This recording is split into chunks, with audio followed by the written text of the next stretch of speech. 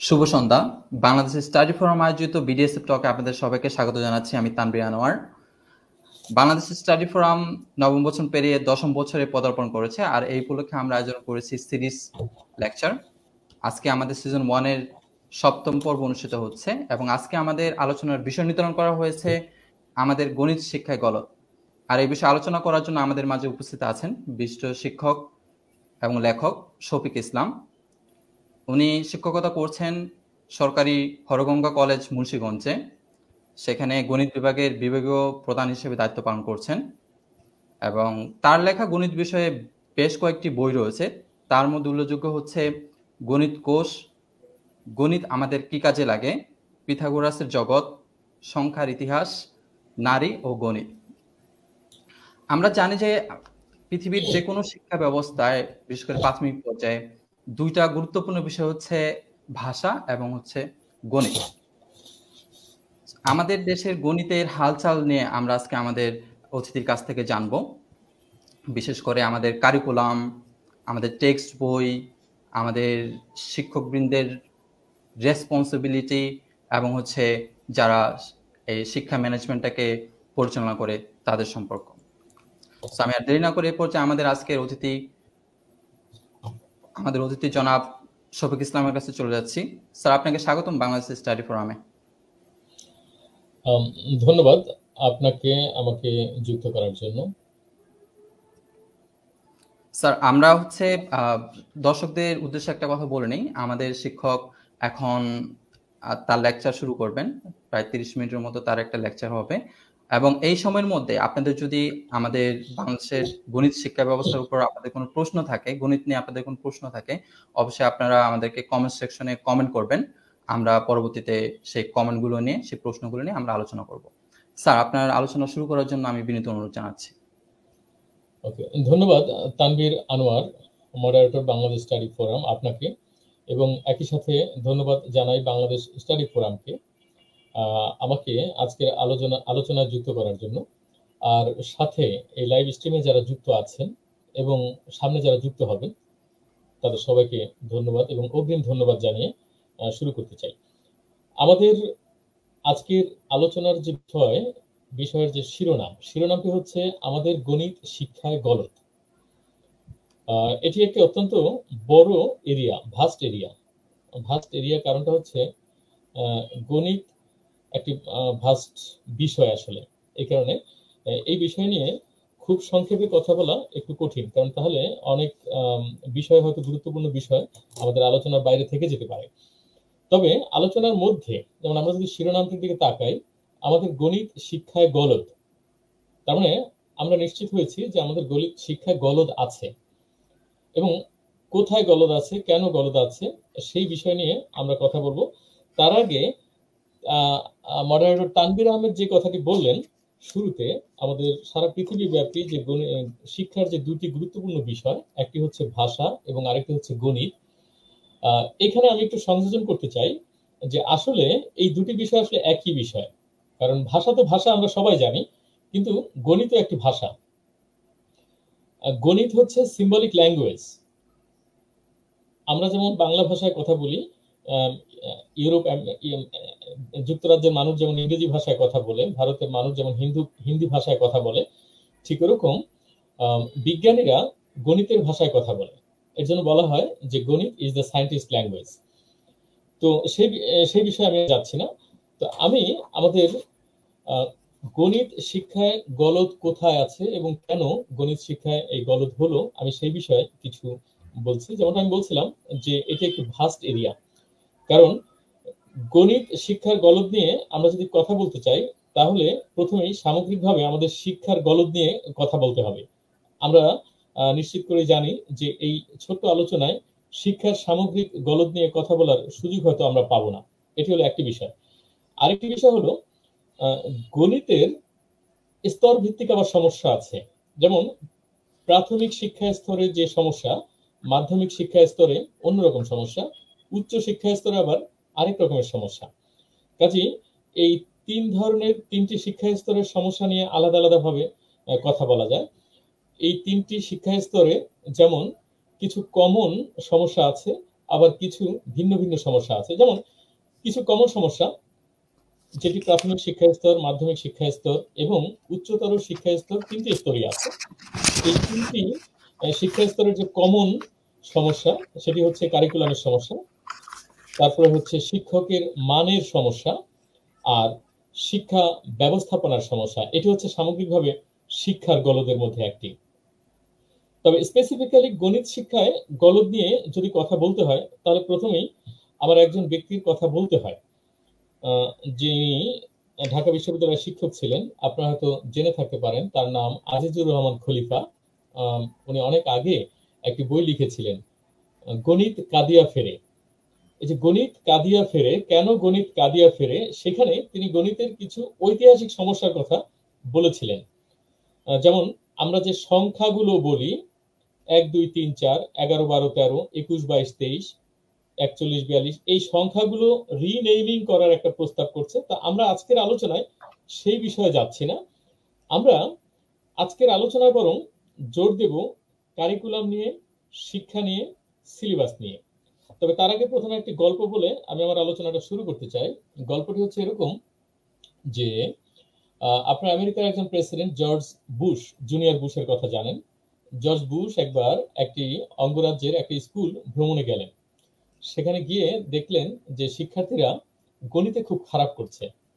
তখন তিনি স্কুলের প্রধানকে জিজ্ঞেস করলেন, স্টুডেন্টরা খারাপ করছে কেন? তো সেখানকার শিক্ষকরা আমাদের মতোই বলছে যে ছাত্ররা গণিত পড়ে না, ছাত্ররা বাসায় প্র্যাকটিস করে না, ইত্যাদি ইত্যাদি। তখন জর্জ বুশ বললেন যে either the problem lies with the teacher or with the curriculum, but not with the students. কথাটা খেয়াল রাখতে হবে যে আমরা কিন্তু যখন কোনো সমস্যা হয় আমরা বলি যে ছাত্ররা পড়ালেখা করে না। তো ছাত্ররা পড়ালেখা করে না, এটা হলো একটি সমস্যা, আমরা এটাকে ফোকাস করি।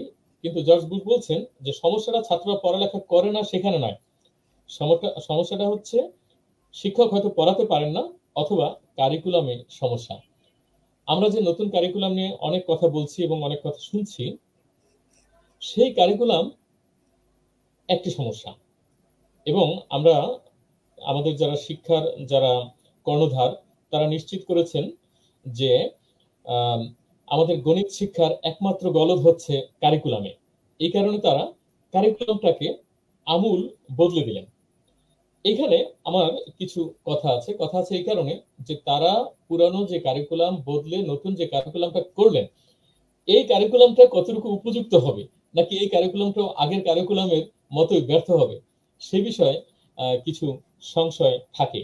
কারণ আমরা যদি আমাদের জাতীয় শিক্ষাক্রম রূপরেখা 2021 দেখি, সেখানে গণিতের যে শিখন ঘন্টার বিষয়ভিত্তিক বন্টন আছে, এবং আমি যদি একটু স্ট্যাটিস্টিক্সটা দেখে বলি, আপনারা দেখবেন আমি দুইটা ক্লাসের কথা বলছি, সবগুলোই বলা যায় কিন্তু সময় সংক্ষিপ্ততার জন্য আমি মাত্র দুইটা 7 এবং দশম শ্রেণী, সপ্তম শ্রেণী এবং দশম শ্রেণী, এই দুইটা ক্লাসের কথা পার্টিকুলারলি বলছি। সপ্তম শ্রেণীতে মোট শিখন ঘন্টার বিষয়ভিত্তিক বন্টন হচ্ছে গণিতের 134, বিজ্ঞানে 144, ইতিহাসে 134। আপনি দেখুন যে সপ্তম শ্রেণীর একজন শিক্ষার্থী 1030 ঘন্টা পড়ালেখা করবে টোটাল। এর মধ্যে গণিত হচ্ছে 134 আর ইতিহাস হচ্ছে 134, অর্থাৎ ইতিহাস এবং বিজ্ঞানের সমান মর্যাদা দেওয়া হয়েছে গণিতকে। এটা একটি বিষয়। আর দশম শ্রেণীতে গিয়ে এটা আরো মজার বিষয়, দশম শ্রেণীতে একজন শিক্ষার্থী দশম শ্রেণীর মোট আপনার শিখন ঘন্টা হচ্ছে 1100 ঘন্টা। এই 1100 ঘন্টার মধ্যে একজন শিক্ষার্থী 132 ঘন্টা পড়বে গণিত, আর 165 ঘন্টা পড়বে ইতিহাস এবং সামাজিক বিজ্ঞান। আপনি দেখুন যে আমরা যে কারিকুলামটাকে নির্ধারণ করেছি নতুন শিক্ষার্থীদের জন্য, এবং আমরা নিশ্চিত করেছি এই জেনে যে আমাদের আগের কারিকুলাম ভালো না, এই কারিকুলাম আমাদের অনেক যুগোপযোগী, সেখানে কিন্তু গণিতের অবস্থানটা অত্যন্ত নাজুক। এখানে একটা কার্ভ আছে, রূপরেখার 70 পৃষ্ঠায় যে কার্ভটি দেওয়া আছে, সেই কার্ভটিও দেখা যাচ্ছে যে কার্ভটি হচ্ছে ডাউনওয়ার্ড স্লোপিং, অর্থাৎ ক্লাস 1 থেকে ক্লাস দশম শ্রেণীতে এই কার্ভটা উপরের থেকে নিচের দিকে নামছে। অর্থাৎ গণিত শিক্ষার ক্রম অবনতি রূপরেখার মধ্যেই আছে। এটি হচ্ছে একটি বিষয়। এবার বলি যে কারিকুলামকে বেস করে, কারিকুলাম কিন্তু একটা ভাস্ট বিষয়, এই কারিকুলামকে বাস্তবায়ন করার জন্য আপনার পাঠ্যপুস্তক তৈরি করা হয়। এবার আমরা সে পাঠ্যপুস্তকের বিষয় একটু আলোচনা করি। যেমন ধরা যাক ষষ্ঠ শ্রেণীর একটি বই, ষষ্ঠ শ্রেণীর বইতে আমাদের মোট 12টি অধ্যায় আছে। আমি যদি কয়েকটি অধ্যায়ের নাম বলি, আপনি অধ্যায়ের নামগুলো একটু খেয়াল করবেন। সংখ্যার গল্প, দ্বিমাত্রিক বস্তুর গল্প, তথ্য অনুসন্ধান ও বিশ্লেষণ, মৌলিক উৎপাদকের গাছ, ঠিক আছে, ত্রিমাত্রিক বস্তুর গল্প, এরকম এগুলো হচ্ছে অধ্যায়ের নাম।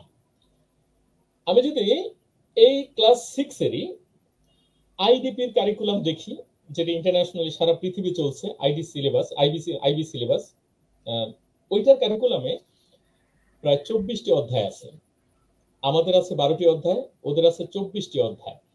অর্থাৎ আইবি সিলেবাসের একজন তৃতীয় শ্রেণীর ছাত্র বা চতুর্থ শ্রেণীর স্টুডেন্ট যতটুকু গণিত সক্ষমতা অর্জন করবে, আমাদের বর্তমান কারিকুলাম অনুযায়ী আমাদের ষষ্ঠ শ্রেণীর ছাত্ররাও ততটুকু গণিত কারিকুলাম অর্জন করবে না, গণিত জ্ঞান অর্জন করবে না।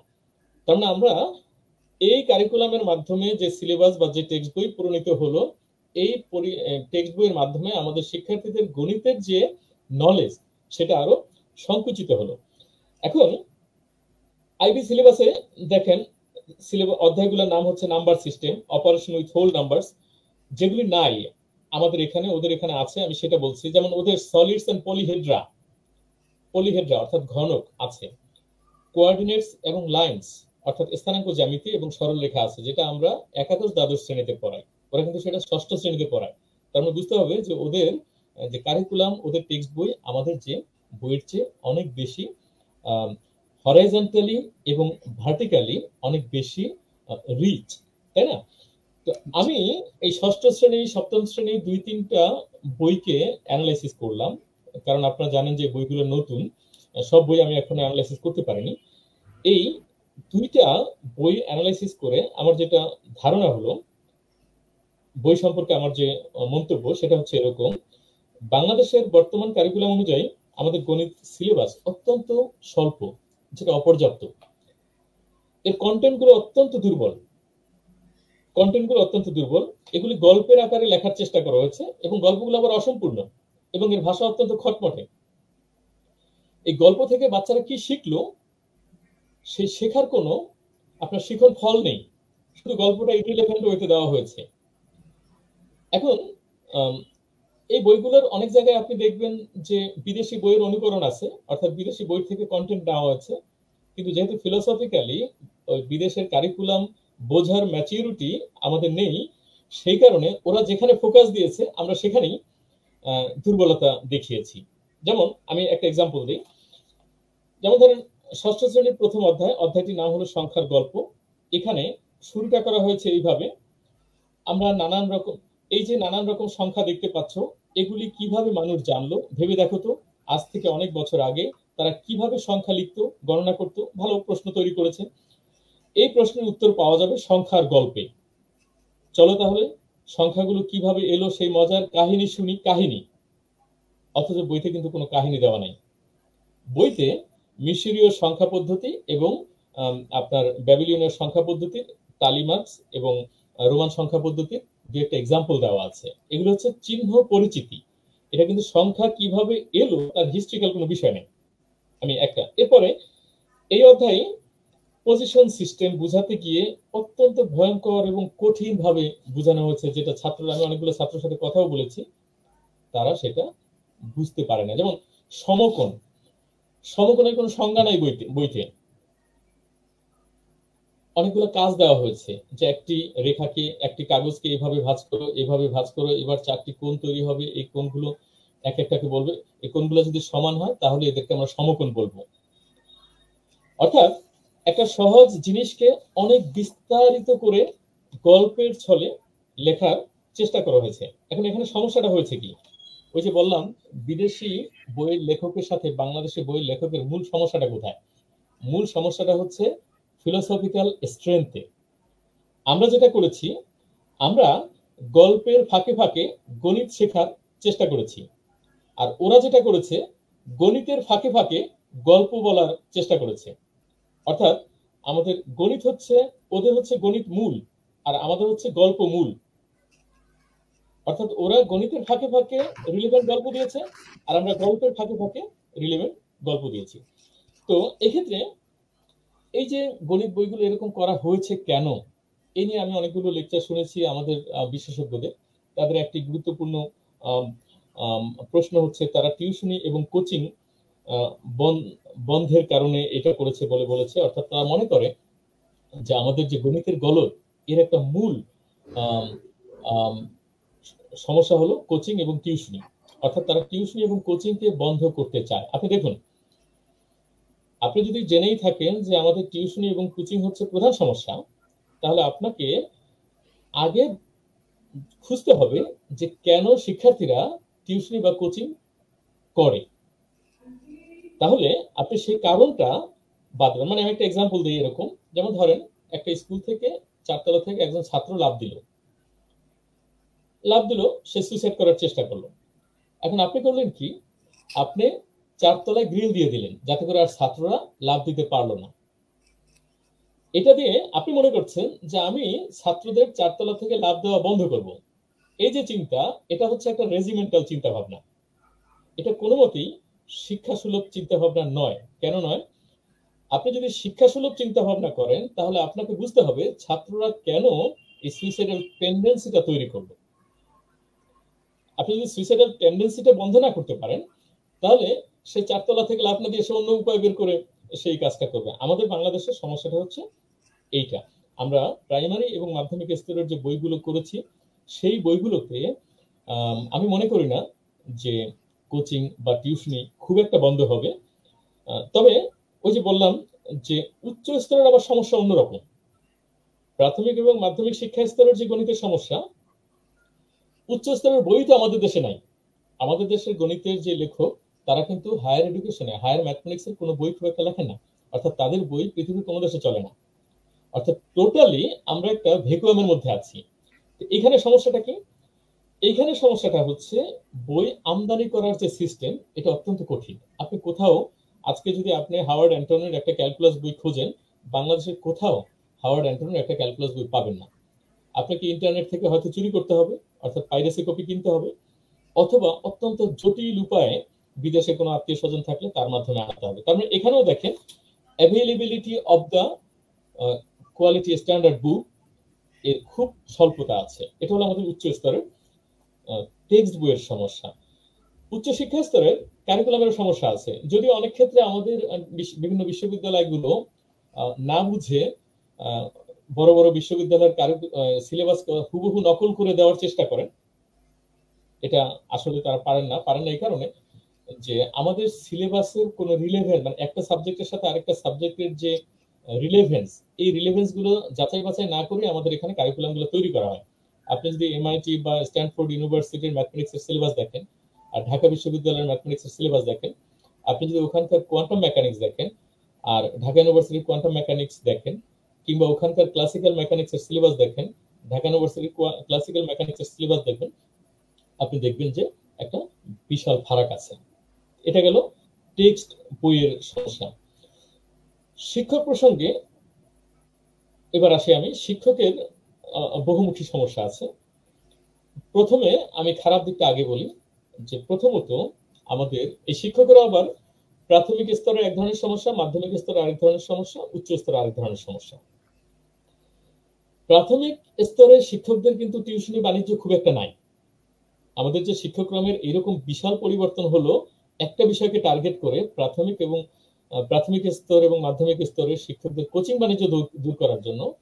অবাক করার বিষয় হলো প্রাথমিক স্তরের শিক্ষার্থীরা কিন্তু টিচাররা কিন্তু টিউশনি খুব কম করান। টিউশনির দৌরাত্মটা হচ্ছে মাধ্যমিক স্তরে, অর্থাৎ 7, 8, 9, 10-এ। আপনি যদি আপনার নিজের এক্সপেরিয়েন্স থেকে দেখেন, তাহলে দেখবেন যে টিউশনির দৌরাত্ম হচ্ছে 7, 8, 9, 10-এ, প্রাথমিক স্তরে নাই।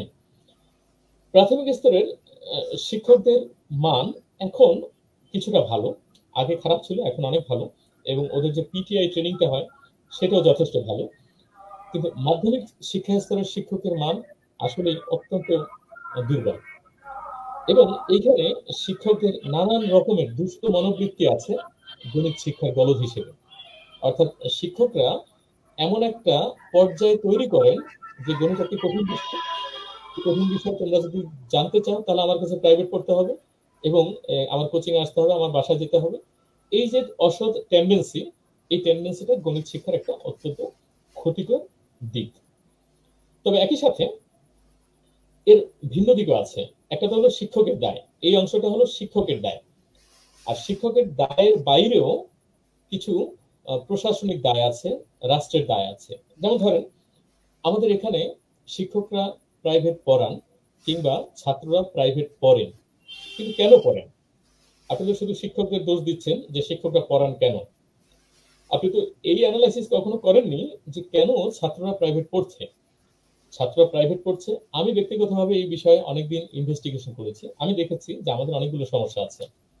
যেমন প্রথম সমস্যা হচ্ছে টিএসআর, টিচার স্টুডেন্ট যে রেশিও আমাদের বাংলাদেশে, বিশেষ করে সরকারি স্কুল সরকারি কলেজে অত্যন্ত হাই। আপনার একটা ক্লাসে যদি 200 স্টুডেন্ট হয়, সেই 200 স্টুডেন্ট একজন শিক্ষকের কথা ভালো করে বুঝতেই পারবে না, অর্থাৎ তার পক্ষে সিলেবাস কমপ্লিট করা সম্ভব না। এটা হলো বিষয় এক।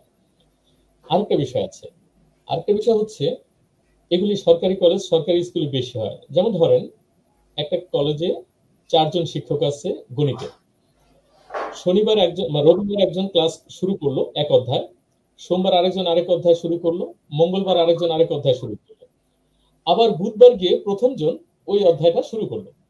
তাহলে এই যে ছাত্ররা আজকে যা পড়লো, মধ্যে অন্য কিছু পড়াতে 5 দিন পরে গিয়ে খেয়ে হারিয়ে ফেলে, ফলে তাদের কিন্তু প্রাইভেটটা দরকার হয়ে পড়ছে। অর্থাৎ আপনি তো ক্লাসে যদি কন্টিনিউটি না থাকে, কনসিস্টেন্সি না থাকে, তাহলে কিন্তু আপনার ছাত্ররা গণিত যে লার্নিং আউটকাম তাদের এই কারিকুলাম বা এই সিলেবাসের মধ্যে যে বিষয়গুলো তাদের অর্জন করতে হবে, জানতে হবে, সেই বিষয়টা তারা জানতে পারবে না। ফলে এখানে শিক্ষা প্রতিষ্ঠান ব্যবস্থাপনার, যেমন ধরেন স্কুল অধ্যক্ষ বা কলেজ প্রিন্সিপালের একটা দায় আছে, যে জিনিসটা আমরা প্রায় একেবারেই অনেক ক্ষেত্রেই করি না। আমাদের কোনো শিক্ষা প্রতিষ্ঠানের প্রধানই এই বিষয়টা নিয়ে আমার জানা মতে, খুব দু একটা শিক্ষা প্রতিষ্ঠান হয়তো আছে, কিন্তু অধিকাংশ শিক্ষা প্রতিষ্ঠানে এই বিষয়টা এখনো একনলেজ করতে পারেনি। এটা হলো একটি বিষয়। আরেকটি বিষয় আছে, আমাদের গণিত শিক্ষার গলদের অন্যতম কারণ হচ্ছে আমাদের যে শিক্ষকরা যে প্রশ্ন, এটা অবশ্য শিক্ষকের সাথে সম্পর্কযুক্ত, আমরা যে প্রশ্নপত্র প্রণয়ন করি, আমরা যে উত্তরপত্র মূল্যায়ন করি, এখানে একটা বড় রকমের ঘাটতি আছে। কিভাবে? আমরা যখন প্রশ্ন করি তখন আমরা সাধারণত প্রবলেম সলভ করি। যেমন একটি বিশেষ প্রবলেম দেওয়া থাকে, এই প্রবলেমটা সলভ করা হয়।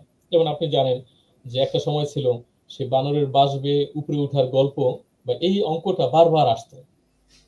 এখন যদি আপনি 9, 10 বা 11, 12 ক্লাসের একটা বই দেখেন, আপনি দেখবেন যে একটা অঙ্ক 10-12 বার পরীক্ষায় আসছে, তাই না বিষয়টা? অর্থাৎ কোনো কোনো অঙ্ক ভেরি ভেরি ইম্পর্টেন্ট। ফলে হয় কি, টিচাররা ওই অঙ্কটাই গুরুত্ব দেয় আর ছাত্ররা ওই অঙ্কটাই পড়তে চায়।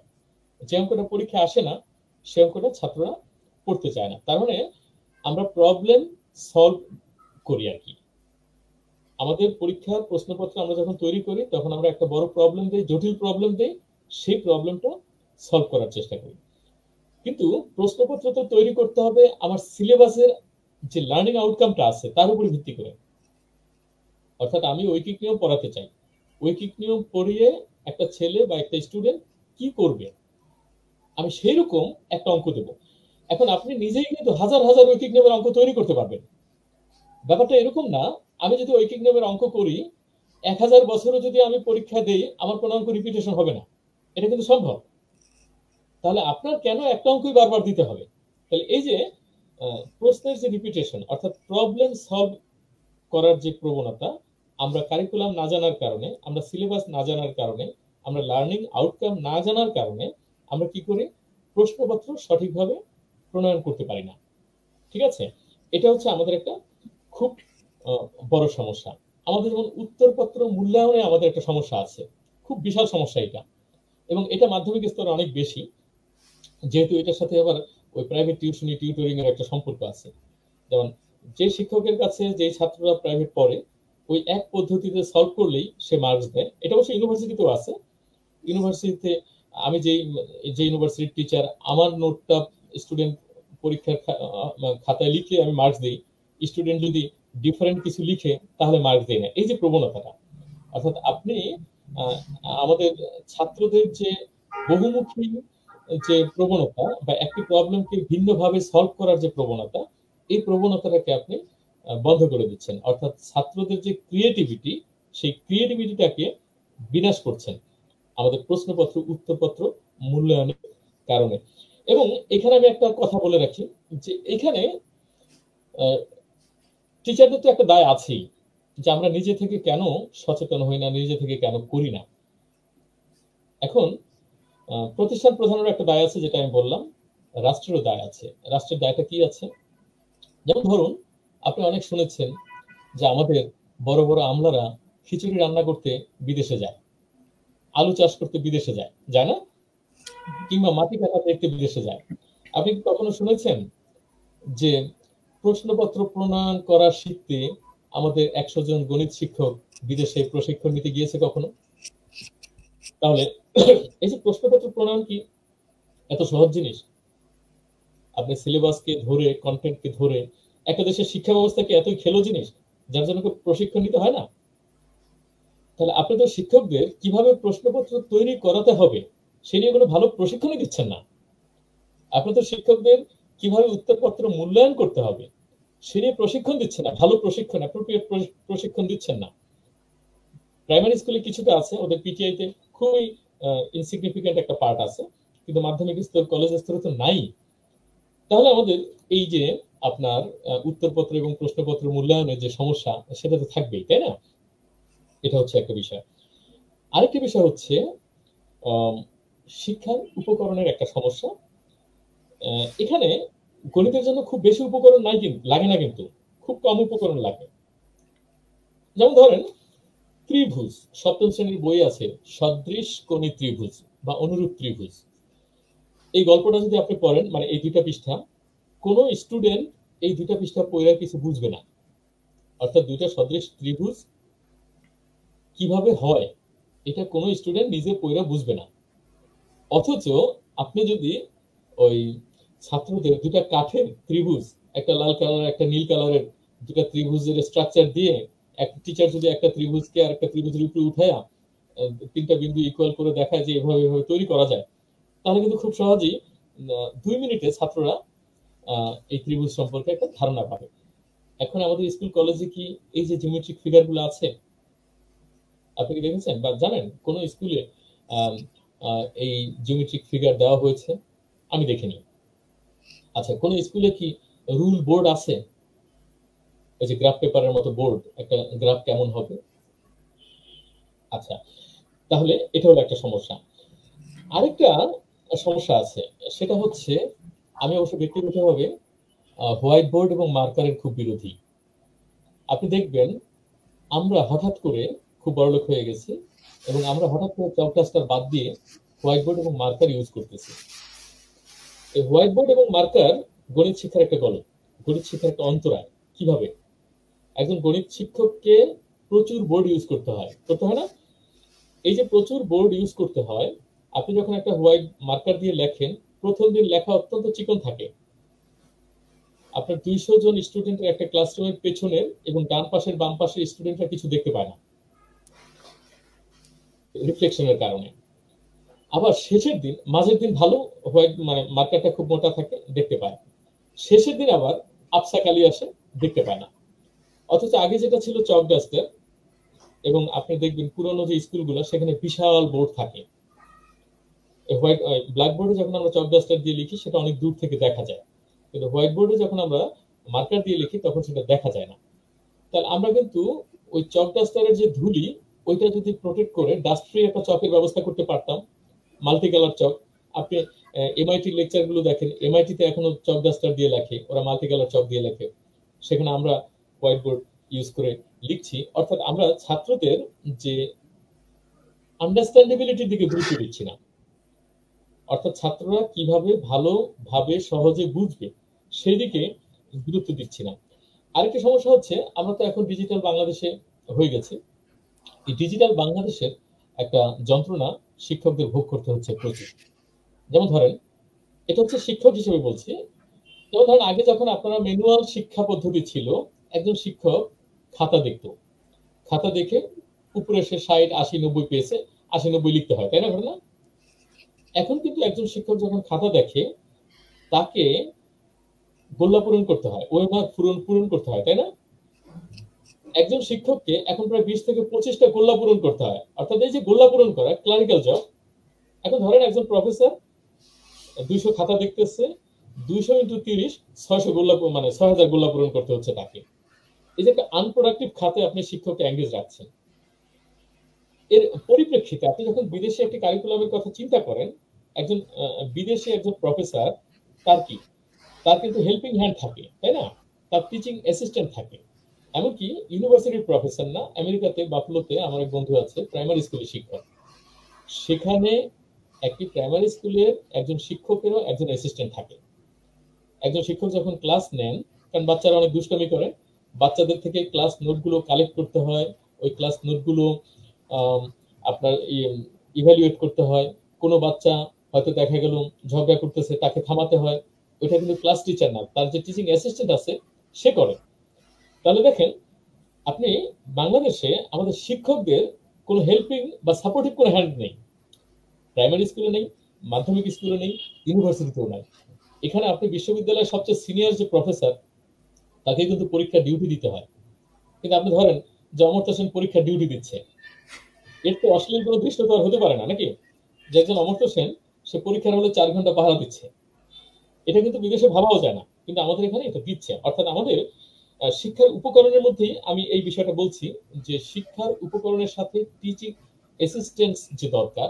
যেমন ধরেন আমাকে ডিজিটাল পদ্ধতিতে আমি একটা লেকচার তৈরি করব, একজন প্রফেসর, আমাকে কিন্তু একটি মাইক্রোসফট পাওয়ার পয়েন্ট যে স্লাইড তৈরি করতে হবে, এই স্লাইডে যে অ্যানিমেশন দিতে হবে এটাকে মোর অ্যাট্রাকটিভ করার জন্য, তাহলে আমাকে যে পরিমাণ এফোর্ট দিতে হবে, একজন প্রফেসরকে যে পরিমাণ এফোর্ট দিতে হবে, এটা কিন্তু পৃথিবীর অন্য কোনো দেশে একজন প্রফেসর একজন মাইক্রোসফট পাওয়ার পয়েন্টের অ্যানিমেশন করতে গিয়ে সে মনে করেন 5 ঘন্টা সময় নষ্ট করবে, এটা ভাবা যায় না। ভাবা যায় কি? তাহলে এরকম শিক্ষকের সমস্যা আছে, শিক্ষকের ব্যবস্থাপনার সমস্যা আছে, শিক্ষার কারিকুলামের সমস্যা আছে। এরকম নানানমুখী কারণে আমাদের টোটাল সামগ্রিকভাবে গণিত শিক্ষার একটা অধঃপতন হচ্ছে। তাহলে এখানে এখন কি করতে হবে? আমাদের করণীয় কি? করণীয় হচ্ছে ওই যে বললাম, আমাদের কারিকুলামটা বুঝতে হবে।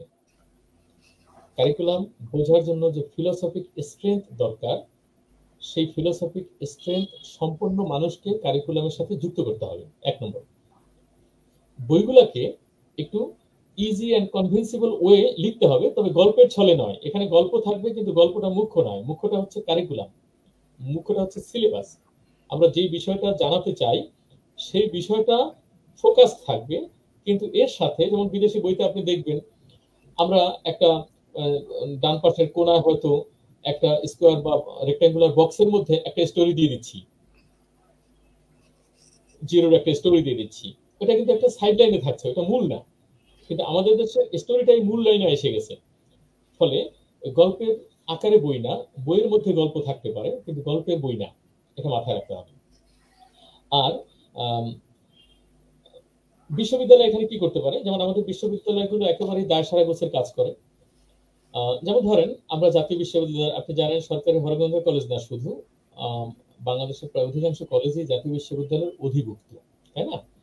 এই জাতীয় বিশ্ববিদ্যালয়ের অধিভুক্ত কলেজগুলোতে আপনি যদি গণিতের সেমিনারগুলো দেখেন, মানসম্পন্ন বই নেই। এমনকি আমাদের কোনো জার্নালের সুযোগ নেই। এখন আমরা একটি কলেজের পক্ষ থেকে আজকে যদি 5টি জার্নাল সাবস্ক্রাইব করতে চাই, এটা কিন্তু সম্ভব না। তাহলে জাতীয় বিশ্ববিদ্যালয় যদি 10টি জার্নালের সাথে সাবস্ক্রাইব করে আমাদের লগ ইন এন্ট্রি দিয়ে দেয়, তাহলে কিন্তু আমাদের ছাত্রদের ডাইরেক্ট কমিউনিকেশন হয়ে যায় জার্নালের সাথে, তাই না? জাতীয় বিশ্ববিদ্যালয় বা ঢাকা বিশ্ববিদ্যালয় বা অন্য সকল বিশ্ববিদ্যালয় যদি পৃথিবীর সব অনেক বড় বড় বিশ্ববিদ্যালয়ের লাইব্রেরি গুলো যে আছে সেই লাইব্রেরির সাথে যদি একটা জয়েন্ট ভেঞ্চার কমিউনিকেশন করে, যে লাইব্রেরি অ্যাক্সেস, এগুলো তো ওদের আপনার ওই দ্বিপাক্ষিক চুক্তির মাধ্যমে এগুলো হয়, বিশ্ববিদ্যালয় টু বিশ্ববিদ্যালয় কমিউনিকেশন এগুলো হয়। তাহলে আমাদের বিশ্ববিদ্যালয়ের যে বইয়ের সমস্যা, জার্নাল সমস্যা, এগুলো কিন্তু সমস্যার সমাধান হয়ে যেতে পারে, খুব সহজেই হয়ে যেতে পারে। ফলে আমি যেটা বলছিলাম যে আমাদের বই, শিক্ষা, কারিকুলাম এর প্রাথমিক স্তরে এক ধরনের সমস্যা, মাধ্যমিক স্তরে এক ধরনের সমস্যা, আর উচ্চ স্তরে আরেক ধরনের সমস্যা। একইভাবে সমস্যার সমাধানও কিন্তু ভিন্ন ভিন্ন পথে। যেমন যেটা বললাম, উচ্চ শিক্ষায় আপনি যেমন বিশ্ববিদ্যালয় টু বিশ্ববিদ্যালয় আপনার দ্বিপাক্ষিক চুক্তির মাধ্যমে লাইব্রেরি অ্যাক্সেস, জার্নাল অ্যাক্সেস করতে পারেন, সেটা তো প্রাইমারি স্কুলে দরকার নেই। তাহলে প্রাইমারি স্কুলে আপনি অ্যাক্সেস দিতে হবে সরকারকে। সরকার প্রাইমারি স্কুলগুলোতে কি করবে, টেক্সট বই তো দিচ্ছেই সরকার, টেক্সটের সাথে আরো অনেক সহায়ক গ্রন্থ দিতে পারে, টেক্সটের সাথে সহায়ক বই লাইব্রেরিতে দিতে পারে। আপনি জানেন যে আমাদের অনেকগুলো না, বাংলাদেশে খুব কম স্কুলেই, প্রাইমারি স্কুলেই, এমনকি মাধ্যমিক স্কুলেই লাইব্রেরি ফ্যাসিলিটি আছে। ইদানিং হচ্ছে, এবং কয়েকদিন আগে একটা বড় প্রজেক্ট হলো বই পড়ার প্রতিযোগিতা, যদিও সেখানে কি বই আসছে সেটা আমি জানি না। প্রত্যেকটি স্কুলে একটি লাইব্রেরি, প্রত্যেকটি স্কুলে লাইব্রেরি থাকতেই হবে, এটা কিন্তু করতে পারে। সেখানে গণিতের পর্যাপ্ত বই থাকতে পারে। সেখানে যেমন আমাদের মাধ্যমিক ও উচ্চ শিক্ষা দপ্তর থেকে গণিতের জন্য আলাদা ফোকাস করা যায়, গণিত ভিত্তিক অনেক কর্মশালা করা যেতে পারে ছাত্রদের। গণিত, এখন যদিও গণিত অলিম্পিয়াড আমরা করছি, যেটা সরকারি না, সম্পূর্ণ বেসরকারি ভাবে গণিত অলিম্পিয়াড করা হচ্ছে, এবং সেটা অবশ্যই প্রশংসার দাবিদার, এবং তার মাধ্যমে ছাত্রদের কিন্তু একটা গণিতের প্রতি আগ্রহ তৈরি হচ্ছে। তাহলে এরকম সরকারি তরফ থেকেও এরকম গণিতের প্রতি আগ্রহী করে তোলার জন্য নানান ইনিশিয়েটিভ নেওয়া যেতে পারে। তাহলে আমাদের যে ছাত্রদের গণিত যে ভীতিটা আছে, এবং গণিতের যে জড়তাটা আছে, বা গণিতের যে গলতটা আছে, সেই গলতটা দূর হতে পারে। আর সবচেয়ে ইম্পর্টেন্ট যেটা, সেটা হচ্ছে শিক্ষক নিয়োগের ক্ষেত্রে আপনাকে অবশ্যই ফিল্টারিং করতে হবে। এখানে আবার বলি যে প্রাইমারি এক ধরনের সমস্যা, মাধ্যমিকে এক ধরনের সমস্যা, বিশ্ববিদ্যালয়ে এক ধরনের সমস্যা। এক্ষেত্রে বিশ্ববিদ্যালয়ের অবস্থা সবচেয়ে খারাপ, সবচেয়ে করুণ। কারণ আমাদের বিশ্ববিদ্যালয়ের শিক্ষক নিয়োগের অবস্থা এই সময় সবচেয়ে ভয়ঙ্কর, হযবরল অবস্থায় আছে। এবং আপনারা জানেন, নানান সময় নানান স্টোরি আমরা দেখি যে অত্যন্ত ভালো মানুষ, ভালো মানে ব্রিলিয়ান্ট রেজাল্ট, তারা বিশ্ববিদ্যালয়ে ঢুকতে পারছে না। এই বিশ্ববিদ্যালয়ের সমস্যাগুলো আছে। প্রাথমিক স্তরেও শিক্ষক কাকে নেওয়া হচ্ছে, কে শিক্ষক নিচ্ছে, এবং গণিত শিক্ষকের কোয়ালিটি অ্যাসেসটা কে করবে। যেমন প্রাইমারি স্কুলে আপনি শিক্ষক নেওয়ার এখতিয়ার হচ্ছে জেলা প্রশাসকের। এখন একজন জেলা প্রশাসক, যে হয়তো ইতিহাসে, সে কিভাবে একজন গণিত শিক্ষকের অ্যাসেসমেন্ট করবে, তাই না? এটা তো হয় না সাধারণত। তাহলে এই যে শিক্ষক নিয়োগে রিথিঙ্কিং করার একটা সুযোগ আছে। এরপরে হচ্ছে সবচেয়ে গুরুত্বপূর্ণ হচ্ছে শিক্ষকদের যে ব্যবসায়িক মনোবৃত্তি, গণিতকে একটা বিষয় হিসেবে তৈরি করার যে একটা মনোবৃত্তি, প্রাইভেট কিংবা টিউশনি বা গণিতকে অর্থকরী একটা বিষয় হিসেবে প্রেজেন্ট করার যে একটা মনোবৃত্তি, এই মনোবৃত্তি থেকে শিক্ষকদের বের হয়ে আসতে হবে। অর্থাৎ শিক্ষককে জেনুইন শিক্ষক হিসেবে হাজির হতে হবে। তাহলে গণিত শিক্ষাকে তারা ছাত্রদের মধ্যে, তো গণিত একটা কথা, গণিত কিন্তু অ্যাট্রাকটিভ হতেই হবে এমন কোনো কথা নাই। যেমন এক্ষেত্রে আমি আরেকটা গল্প বলে শেষ করব। আপনারা ইউক্লিডের নাম জানেন? ইউক্লিড হচ্ছে আলেকজান্দ্রিয়ার বিখ্যাত শিক্ষক। ইউক্লিড 330 খ্রিস্টপূর্বাব্দে একটা বই লিখেছিল, বিখ্যাত বই। এটার নাম হলো এলিমেন্টস, ইউক্লিডের এলিমেন্টস। এটা খুব বিখ্যাত বই। এই বইটার সুনাম চারদিকে খুব অল্প সময় ছড়িয়ে পড়লো। তখন আলেকজান্দ্রিয়ার যে রাজা, মিশরের রাজা টলেমি, ইউক্লিডকে ডাকলেন, ডেকে বললেন যে ইউক্লিড, তোমার এই বইটা নাকি অনেক ভালো বই এবং বিখ্যাত বই, এবং এটা নাকি গণিতের সব আছে, আমি কিভাবে সহজে এই বইটা আয়ত্ত করতে পারি, তুমি আমাকে একটা শর্টকাট পদ্ধতি দাও। তখন ইউক্লিড বলছিল যে গণিত শেখার কোনো শর্টকাট পথ নাই। There is no royal road to mathematics. There is no royal road to geometry. আপনি যদি এই লাইনটা সার্চ দেন ইন্টারনেটে পাবেন যে গণিত শেখার সহজ কোনো পথ নেই, গণিত শেখার শর্টকাট কোনো পথ নেই। গণিত শিখতে হবে অধ্যবসায়ের মাধ্যমে, পরিচর্যার মাধ্যমে এবং কন্টিনিউয়াস একটা পরিশ্রমের মাধ্যমে। এটা আমাদের শিক্ষকদের মনে রাখতে হবে, কারিকুলাম বেত্তাদের মনে রাখতে হবে, বই পুস্তক যারা লিখেন তাদের মনে রাখতে হবে, এবং তাহলেই আমাদের শিক্ষার্থীরা গণিত শেখার যে গলদ আছে এখান থেকে আমাদের জাতি বের হতে পারবে বলে আমি মনে করি। ধন্যবাদ স্যার। আমাদের মধ্যে ইতিমধ্যে বেশ কয়েকটা প্রশ্ন এসেছে, আমরা এখন প্রশ্ন উত্তর পালা যাব। আমাদের প্রশ্ন করেছেন বাংলাদেশ পাঠ্যপুস্তক থেকে, গণিত দুর্বলতার ভবিষ্যৎ ঝুঁকি কি কি? হ্যাঁ, এটা খুব মানে দারুণ এবং আপনার বিশাল একটা ক্যানভাসের প্রশ্ন আর কি, যে গণিত যদি দুর্বল থাকে মানে আপনার টোটাল যে নলেজ স্ট্রাকচার, গণিত আমি যেটা প্রথমে বলেছি, গণিত হচ্ছে একটা ল্যাঙ্গুয়েজ, যেটাকে বলা হয় গণিত ইজ এ সায়েন্টিস্ট ল্যাঙ্গুয়েজ। ওই সায়েন্টিস্ট ল্যাঙ্গুয়েজ বাদ দিলাম, গণিত ইটসেলফ ইজ এ ল্যাঙ্গুয়েজ। কারিকুলামের যে বড় দুর্বলতাটা কি দেখেন, ওখানে বলা আছে গণিত দিয়ে বাস্তব জীবনের প্রায়োগিক সকল সমস্যার আমরা সমাধান করব, এর জন্য গণিত শিখব। এটা গণিতের অত্যন্ত ক্ষুদ্র একটা বিষয়। গণিতের অত্যন্ত বড় একটা বিষয় হলো গণিত আমাদের সম্পর্ক তৈরি করতে শেখায়, বস্তুর সাথে বস্তুর, শক্তির সাথে শক্তির, বস্তুর সাথে শক্তির।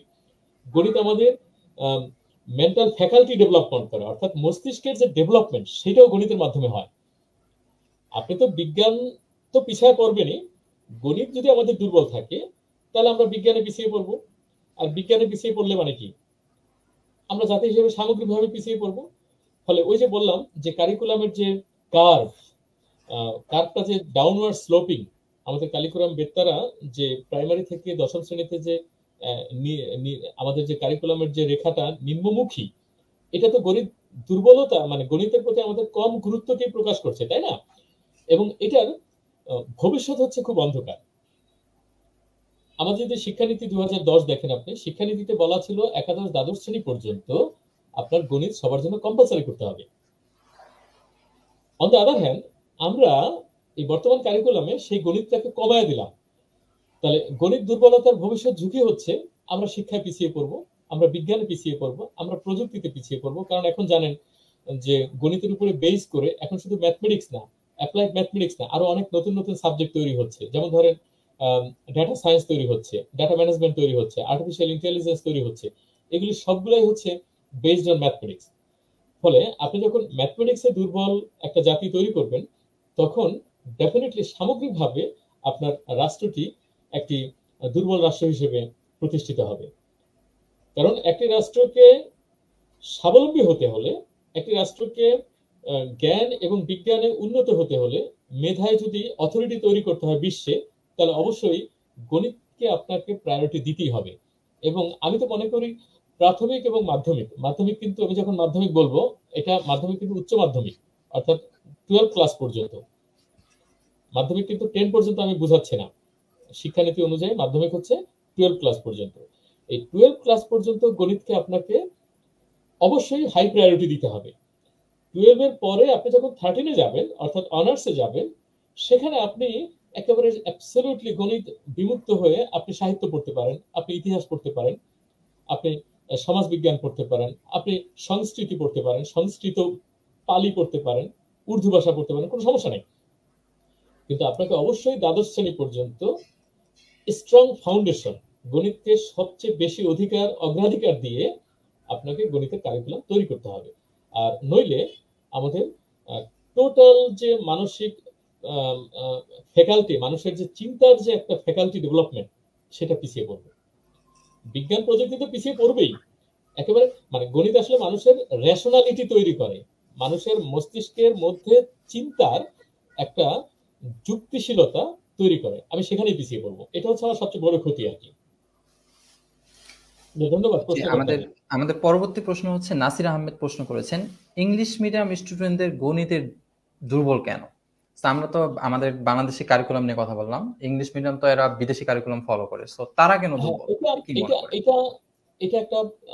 এটা ভালো প্রশ্ন। ভালো প্রশ্ন এই কারণে, আমি এই সরকারি কলেজে আসার আগে আমি ইংলিশ মিডিয়াম স্কুলে চাকরি করেছি বেশ কয়েক বছর।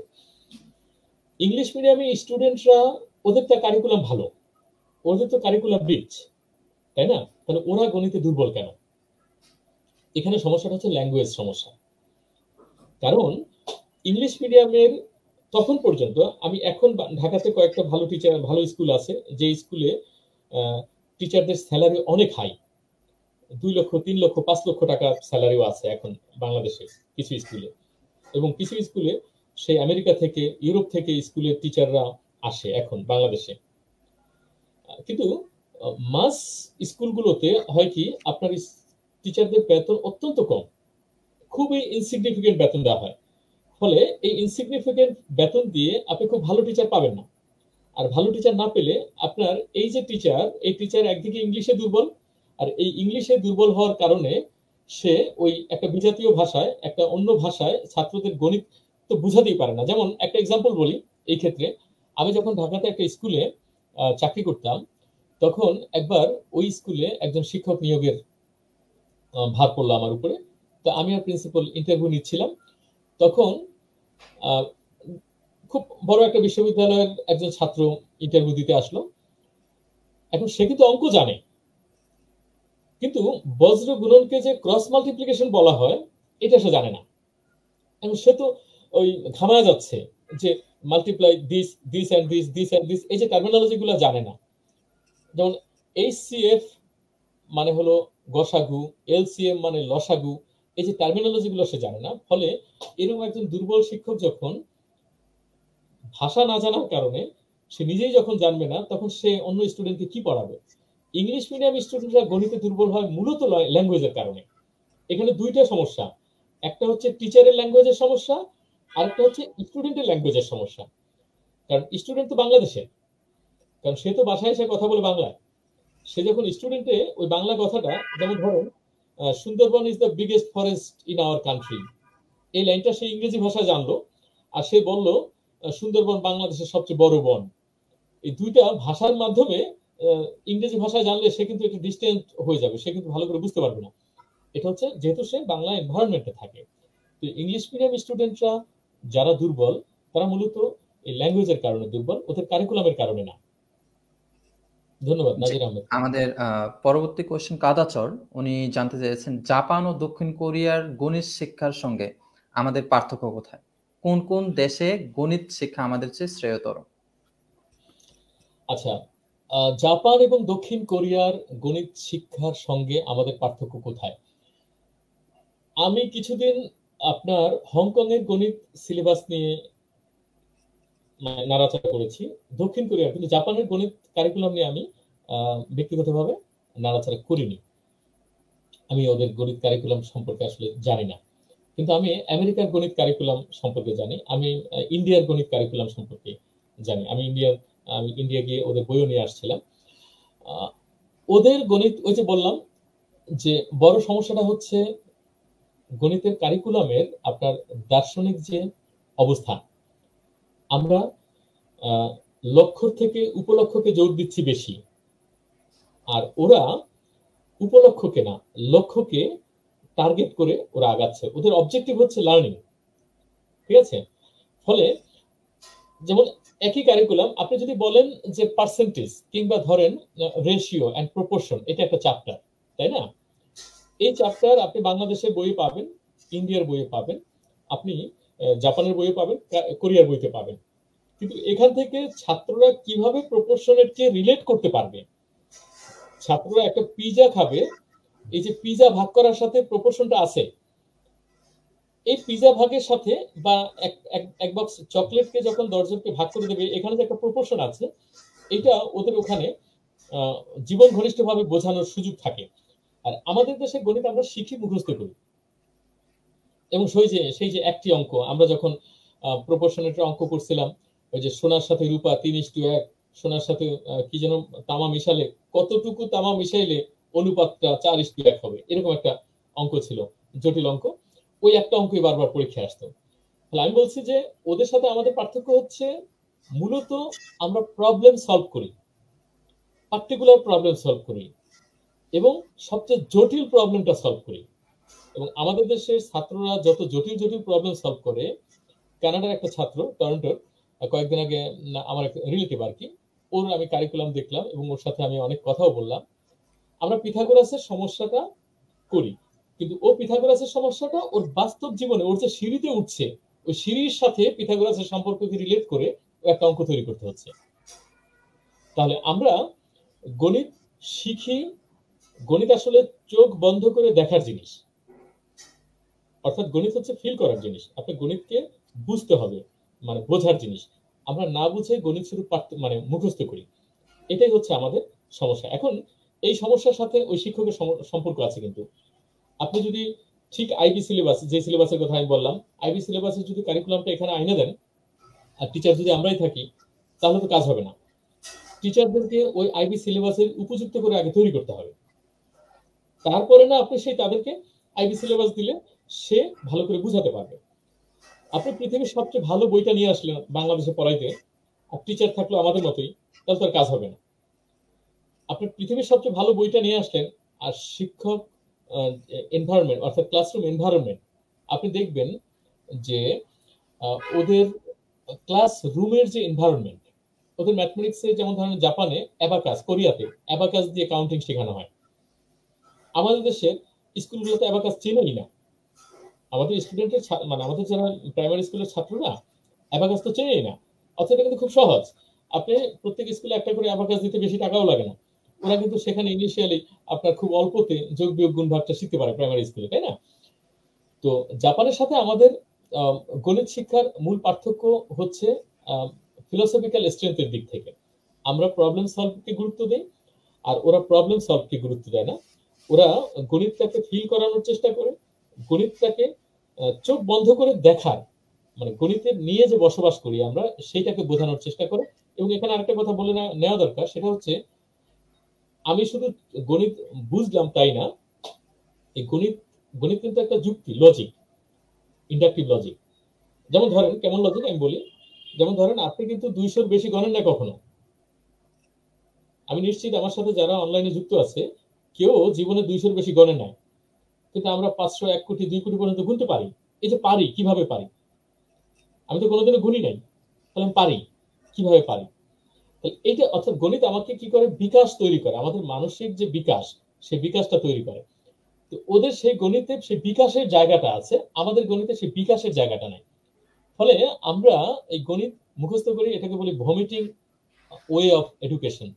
অর্থাৎ আমরা গণিত মুখস্থ করি, পরীক্ষার হলে গিয়ে বমি করে দিয়ে আসি, এখানে আমাদের গণিত শিখা শেষ, এবং পরীক্ষার পরে আমরা গণিত যথারীতি ভুলে যাই। ধন্যবাদ। জি, আমাদের পরবর্তী প্রশ্ন কবিতার খাতা, উনি লিখেছেন আমাদের দেশে গণিত শিক্ষা তো ভীতিকর কেন? ইতিমধ্যে কয়েকটা জায়গা আপনি বলেছেন, আর এটা আমি একটু বলেছি, গণিত শিক্ষা এত ভীতিকর এর প্রধান কারণ হলো আমরা যারা গণিত পড়াই আমরা এটাকে ভীতিকর হিসেবে তৈরি করতে পছন্দ করি। কারণ গণিত যদি ভীতিকর হিসেবে তৈরি করতে পছন্দ না করি, তাহলে তো আমার প্রাইভেট টিউশনটা থাকবে না। এটা হলো একটা কারণ। আর আরেকটা কারণ, এবং এটা এটা কম বড় কারণ না, গণিতের উপযুক্ত টার্মিনোলজি নাই। যেমন ধরেন, এটা আমি বলেছিলাম, এটা বাদ দিয়েছিলাম আসলে, ওই যে বললাম আজিজুর রহমান খলিফার একটা কথা। আজিজুর রহমান খলিফার একটা বই ছিল, গণিত কাদিয়া ফেরে, এবং এটা আমি, এই বইটা আমি যখন পাই আজ থেকে 8-10 বছর আগে, আমি এই এক্সপেরিমেন্টটা 5-7 জন বাচ্চাকে নিয়ে করেছি। সংখ্যা আপনি দেখেন, 41, 42, 43, 44, 45, 46, 47, 48, তারপর কি 49 আর 50। এই যে ডিকটেশন যদি দেন, আপনি যখন ইংরেজিতে ডিকটেশন দেন একজন ছাত্রকে 41, 42, 43, 44, সে আপনার মুখের কথার সাথে লিখতে পারে। সে 41 থেকে 50 পর্যন্ত সব একই নিয়মে লিখবে, শুধু 50টা নতুন শিখবে, তাই না? আর আমাদের এখানে 41 বলছি, আমরা 42 বলছি না, আমরা বলছি 42, আবার বলছি 43, আবার 44 বলছি না, 44, আবার বলছি 45, আবার 47 বলছি, 48 বলছি, 49 বলছি না, বলছি 49। এখানে আমি যে এক্সপেরিমেন্টটা করেছি 5-7 বছর আগে, একই সময়, এবং আপনারা করতে পারেন বাসায়, আপনার যে 4-5 বছরের বাচ্চা আছে, ইংরেজি নাম্বারগুলো শেখান আর বাংলা নাম্বারগুলো শেখান, দেখবেন যে ছাত্ররা ইংরেজি নাম্বারগুলো আগে শিখবে বাংলা নাম্বারের চেয়ে। এইটাই আজিজুর রহমান খলিফা বলেছে যে আমাদের এই সংখ্যাগুলো রিনেমিং করা দরকার। যদিও এটা নিয়ে ডক্টর মোহাম্মদ শহীদুল্লাহর সাথে তার বিরোধ ছিল, ডক্টর মোহাম্মদ শহীদুল্লাহ এটা মানেননি, এই কারণে আর হয়নি। এটা হচ্ছে একটি বিষয়, গণিত শিক্ষার ভিত্তিটা আমাদের শুরু থেকেই তৈরি হয়। দ্বিতীয় বিষয় হচ্ছে শিক্ষকদের অসহযোগিতা। আর তৃতীয় যে গণিত শিক্ষার ভিত্তি সেটা হচ্ছে কারিকুলামের অস্পষ্টতা। অর্থাৎ ওই যে বললাম, এমনকি নতুন কারিকুলাম, আমি আগের কারিকুলাম নিয়ে কিন্তু কিছুই বলিনি, কারণ আগের কারিকুলামে অনেক কথা ছিল, আর যেহেতু আগের কারিকুলাম বাদ হয়ে গেছে সেটা নিয়ে কথা বলতে লাভ নেই। নতুন কারিকুলামে আপনি সহজ বিষয়কে এত জটিল প্যাচিয়ে বলা হয়েছে যাতে করে স্টুডেন্টরা এই বই পড়ে ওরা কমফোর্টেবল ফিল করবে না, ফলে ওদের গণিত গণিত ভীতি আরো বাড়বে। আর তৃতীয়ত আরেকটা কারণ হচ্ছে আপনি তো একেবারে ডেলিভারেটলি গণিতের যে সংখ্যা, মানে নাম্বার অফ আওয়ার টোটাল তো কমাই দিচ্ছেন। দশম শ্রেণীতে যেখানে 132 ঘন্টা গণিতে রাখছেন, সেখানে ইতিহাস এবং সামাজিক বিজ্ঞানে রাখছেন 165 ঘন্টা। তাহলে আপনি গণিতকে কম প্রায়োরিটি দিচ্ছেন। এর সম্মিলিত প্রভাব হচ্ছে আমাদের গণিত শিক্ষায় ভীতি। যে আমাদের সর্বশেষ প্রশ্ন, সহজে গণিত বোঝার জন্য কি কি বই সাজেস্ট করবেন? এইটারও প্রশ্নের উত্তরটা আমি দিয়েছিলাম সেই ইউক্লিডের যে কথাটা, তাই না? There is no shortcut way to learn mathematics. প্রথমে এটা মাথায় রাখতে হবে। আমাদের দেশে হয় কি, পপুলার সায়েন্স কিন্তু সায়েন্স না, এটা মাথায় রাখতে হবে। আমাদের দেশে মানুষের একটা মাইন্ডসেট আছে যে সায়েন্স ফিকশনকে তারা বিজ্ঞানের বই মনে করে, তাই না? সায়েন্স ফিকশন কিন্তু ভূতের গল্প ছাড়া আর কিছুই না, এটা মাথায় রাখতে হবে।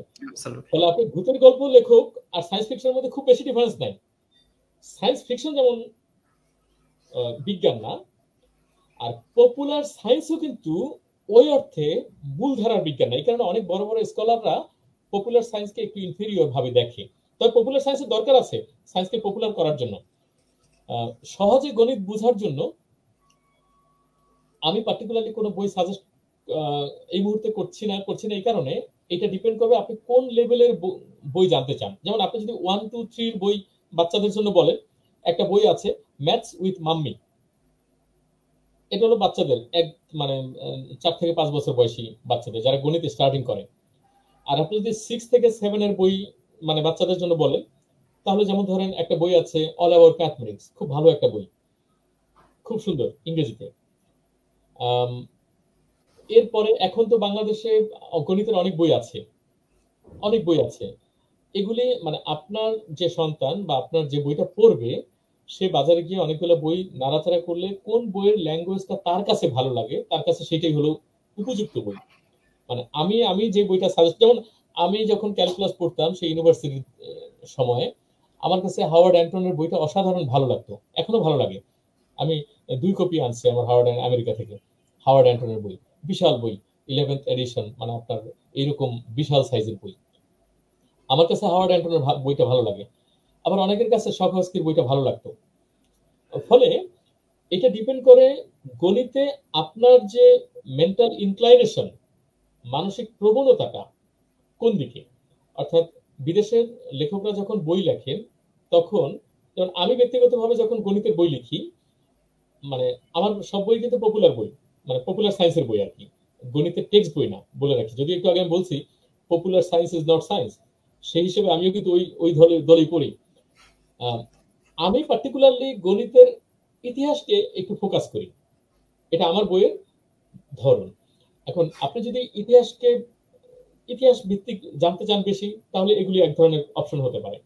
আবার আরেকটা বই, যেমন একটা বই আছে, এটা সম্পাদিত গ্রন্থ, অভিক্রায়ের একটা বই, পাই কেমন করে পাই, বাংলায়। এটা আমার কাছে খুব ভালো লাগছিল, অনেক আগে এই বইটা আমি দেখেছিলাম। আরো অনেক বই আছে, এখন বাংলাদেশে অনেক গণিতের বই আছে। আপনারা একটা বড় দোকানে যাবেন, দোকানে গিয়ে অনেকগুলো বই আপনারা দেখবেন, এবং যেই বইটা আপনার কাছে ভালো লাগে, আপনার মানসিক প্রবণতা অনুযায়ী সেই বইটা আপনার জন্য। আমি সাজেস্ট করলে সেটা আমার সাজেশন হয়ে যাবে। যেমন আমার কাছে আপনার ওই যে সিম্বলিক লজিকের একটা বই, আপনার বার্টন রাসেলের প্রিন্সিপিয়া ম্যাথমেটিকা, 3 খণ্ডের বই, আমি খুব নাম ডাক শুনে এই বইটা আনছিলাম, কিন্তু এই বইটা আমি পড়তে পারিনি, কারণ বইটা বুঝি না। এই বইটা বোঝানোর মতো আমি ঢাকা ইউনিভার্সিটির খুব বড় একজন প্রফেসরের কাছে গেছিলাম এই বইটা আমাকে বোঝানোর জন্য। স্যার আমাকে বলতেছেন যে সেও নাকি এই বইটা বোঝেন না।